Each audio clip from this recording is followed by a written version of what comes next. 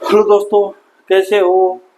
मैं विजय सिंह एक बार फिर आपके सामने जो हम पढ़ रहे हैं उसको कंटिन्यू करने के लिए फिर से हम और आप आमने सामने हैं।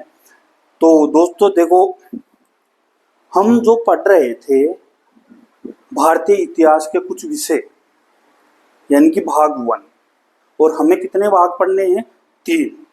तो फर्स्ट भाग का तीसरा चैप्टर जो चल रहा है, यानी कि फर्स्ट भाग में पूरी एनसीईआरटी मतलब पूरा एंशिएंट प्राचीन भारत का इतिहास है। तो हम इसको कंटिन्यू करते हैं। कल हम जो पढ़ रहे थे उसमें स्त्री के गोत्र हमने पढ़े थे कि उसके गोत्र, उसमें फिर हमने देखा कि नियम ये था कि जब स्त्री की या किसी कन्या की शादी हो जाती है तो वो अपने पिता के सरनेम को छोड़कर मतलब पति के सरनेम को अपनाएगी। तो इस तरह इसके अपवाद थे, वो हमें देखने को मिले सातवाहनों में। सातवाहन जो राजा थे वो पश्चिमी क्षेत्र में और दक्कन तक उनका साम्राज्य था कुछ हिस्सों में। तो उन्होंने वहां पर देखते हैं तो वहां पर इससे उन लोगों ने इनको फॉलो नहीं किया, क्योंकि जो सातवाहनों की रानियां थी वो अपने पिता का सरनेम ही यूज कर रही थी। वो किससे? उनके अभिलेखों से पता चलता है। और माता का स्थान ऊंचा था वहां पे, उसके मतलब माँ थी वो, क्योंकि सातवाहनों के कल हमने देखा था गौतमी पुत्र सातकर्णी, यानी कि गौतमी माता जो मतलब गोत्र था। गोत्र किनसे उत्पन्न हुए? ऋषियों के नाम पे रखे गए, जो वैदिक ऋषि थे गौतम और वशिष्ठ के नाम से। तो कहीं ना कहीं फिर इनका उल्लंघन सातवाहनों ने किया। फिर हमने एक टॉपिक छोड़ा था, मैंने बताया था कि विवाह वाला जो उसके प्रकार हैं, टाइप्स ऑफ विवाह। तो हम टाइप्स ऑफ मैरिज को आज डिटेल से देखते हैं। क्यों? क्योंकि हमने कल देखा था कि लगभग जो 600 ईसा पूर्व से लेकर 600 ईस्वी के मध्य कई नगरों का निर्माण हुआ। लोग आपस में मिलने, जो दूर दूर से आके मिलने लगे, विचारों का आदान प्रदान होने लगा। तो पुरानी जो परंपराएं थी उन पर प्रश्न चिन्ह खड़ा हो गया। ये सब होने के बाद में जब ब्राह्मणों ने ब्राह्मणी पद्धति यानी कि पुनः उन्हीं परंपराओं को जीवित रखने के लिए नियम बनाए, उन नियमों को फिर संग्रहित किया।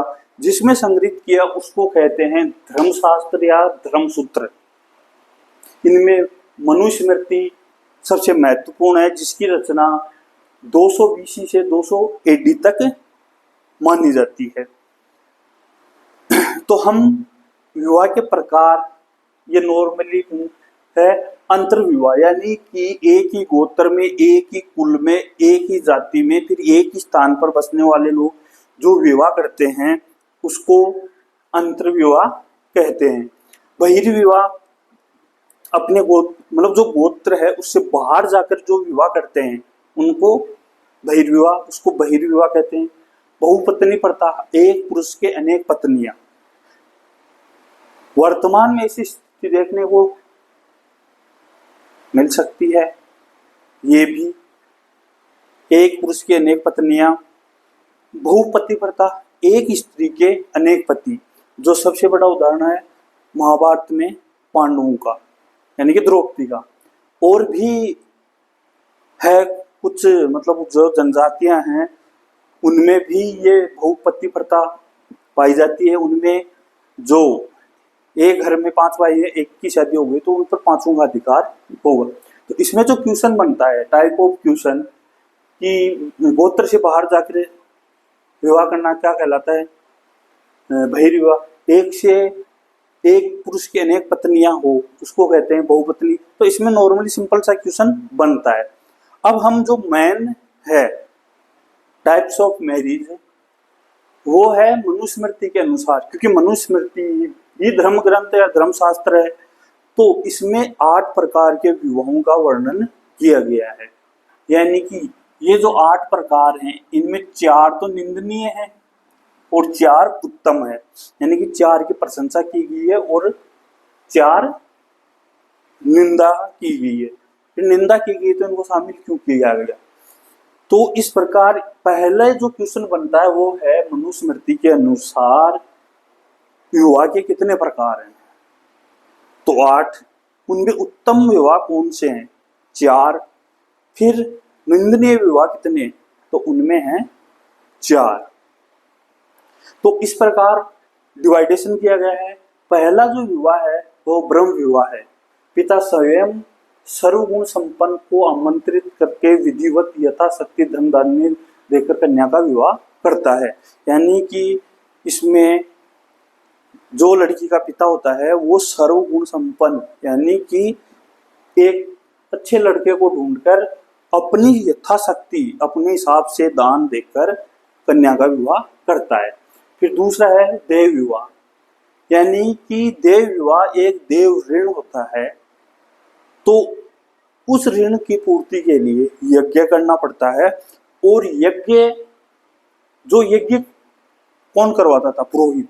जो यज्ञ कराने वाला पुरोहित होता था उसके साथ ही कन्या का विवाह संपन्न होता था और ये केवल ब्राह्मणों में ही प्रचलित था। तो देव विवाह हो गया। फिर आर्ष विवाह, यानी कि कन्या के पिता एक जोड़ी बैल या एक जोड़ी गाय देकर यज्ञ में कन्या का दान करता है। यानी कि इसके अंदर यह है कि इसमें बैल या गाय लेकर कन्यादान करता है। फिर चौथा है प्रजापत्य विवाह। इसमें पिता संस्कार योग्य वर के साथ कन्या का विवाह करता है। वर्तमान में भी यही कंडीशन है कि हम एक योग्य नौकरी वाला, पैसे वाला, स्टेटस वाला लड़का ढूंढते हैं और फिर शादी करते हैं। तो ये सेम वो ही है कि एक संस्कारी और योग्य लड़के को ढूंढकर कन्या का पिता शादी विवाह करता है। फिर है 5वां असुर विवाह। असुर विवाह कन्या के पिता को यथाशक्ति धन देकर विवाह करता है। यानी कि इसमें जो कन्या का पक्ष है या कन्या के पिता है उसको वर पक्ष की तरफ से धन दिया जाता है। यानी कि कन्या को खरीदा जाता है, जो वर्तमान में भी काफी प्रचलित है। यथाशक्ति, उस टाइम में यथाशक्ति था, अभी मुंह मांगी कीमत है।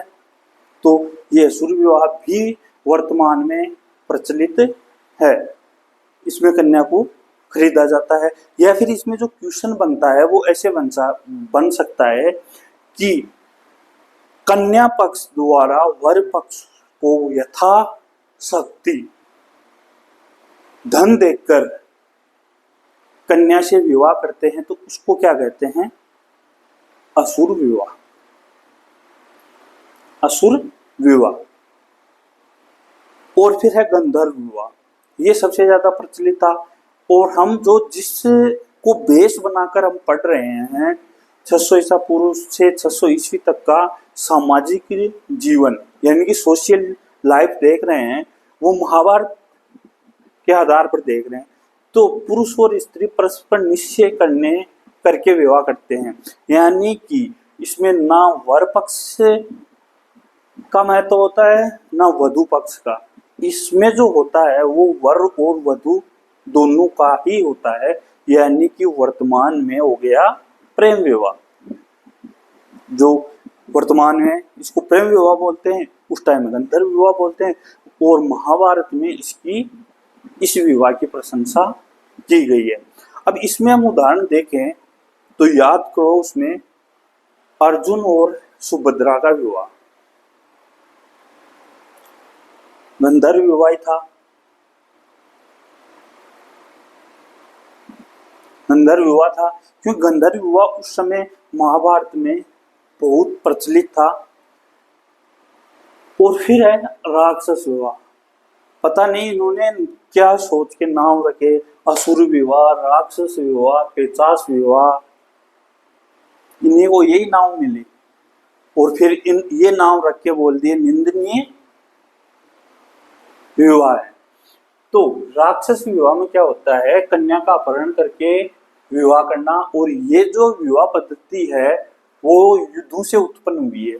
अब समझो इसको, युद्ध से कैसे, युद्ध से ऐसे उत्पन्न हुई कि जैसे मान लो कोई राजा हार गया और जीतने वाले राजा को वहां की औरत हो, रानी हो, महारानी हो पसंद आ गई, तो बलपूर्वक उनका अपहरण करके शादी करना। और ये युद्ध की स्थिति में बहुत ज्यादा होता था। यानी कि इसमें चलो 8वां देखते हैं, पेशाच विवाह।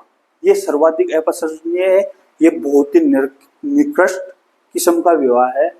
इसमें क्या होता है, असमर्थ, यानी कि जो कन्या होती है वो असमर्थ होती है, विकलांग हो, अचेतन, यानी कि कुछ नशीला पदार्थ उसको खिला दिया पिला दिया गया हो, सुप्त हो, सोई हुई हो। इस कंडीशन में कन्या पर छल कपट से अधिकार करना, यानी कि लड़की या तो कन्या सो रही है या उसको कुछ नशीला पदार्थ खिला दिया है, वो असमर्थ है, यानी उसमें उस स्थिति में कन्या के शरीर पर बलपूर्वक अधिकार करना। अब इसमें और इसमें अंतर देखो आप। राक्षस विवाह में कन्या को सब कुछ पता है, उसका अपहरण हुआ है, एक चीज, यानी कि यहाँ पर कन्या को सब कुछ पता है और अपहरण करके उससे शादी की जाती है। लेकिन इसमें कन्या को कुछ नहीं, कन्या की जो वो है उसकी मजबूरी का फायदा उठाया जाता है, यानी कि असमर्थ हो या फिर सोई हुई हो, तो इसमें कन्या को पता नहीं चलता है और इसमें कन्या को पता रहता है। तो ये ही दोनों में है, लेकिन ये सबसे निकृष्ट विवाह है। तो इसमें अगर क्वेश्चन आए कि मनुस्मृति के अनुसार या धर्मशास्त्रों के अनुसार सबसे निकृष्ट विवाह कौन सा है, तो वह है पैशाच विवाह। और युद्ध से उत्पन्न विवाह राक्षस विवाह। महाभारत में सबसे ज्यादा प्रशंसा किस विवाह की गई है, गंधर्व विवाह की। और किस विवाह में वर पक्ष कन्या पक्ष को उसका मूल्य चुकाता है, वो है असुर विवाह। तो ये थे हमारे विवाह से संबंधित, विवाह को संपन्न कर दिया क्योंकि सामाजिक रीति थी। अरे वो हम पढ़ रहे हैं सामाजिक सोशल जीवन महाभारत को बेस बनाकर। अब एक चीज देखते हैं कि आयु, यानी कि है नहीं लेकिन फिर भी एक आपके दिमाग में माइंड सेट हो कि जो वैदिक काल था, क्योंकि वैदिक काल में इनकी रचना हुई थी, तो वैदिक काल में गोत्रों का भी डिसाइड वैदिक ऋषियों के आधार पे हुआ था। तो वैदिक काल में जो आयु निर्धारित की गई थी लड़का और लड़की की, कन्या और वर की, तो देखो 4 आश्रम मतलब 4 आश्रम थे, गृहस्थ, ब्रह्मचर्य, गृहस्थ, वर्धाश्रम और संन्यास। सॉरी, ये से 4 आश्रम थे। अब पहला आश्रम था, चारों को तो 25-25 की आयु में डिसाइड किया गया था।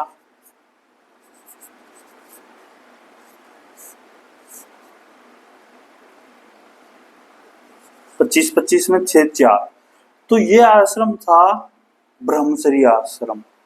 तो सीधा सा यह है कि इसमें लड़के को गुरुकुल में रहकर शिक्षा ग्रहण करना होता था। तो सीधी सी बात है कि लड़के की आयु तो कितनी होगी, इसमें 25 ही रहेगी। क्यों? क्योंकि 25 वर्ष तक वो ब्रह्मचर्य का पालन करेगा और फिर गृहस्थ जीवन में या गृहस्थ आश्रम में प्रवेश करेगा।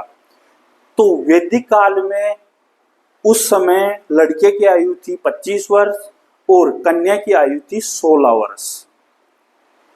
यह है वैदिक काल।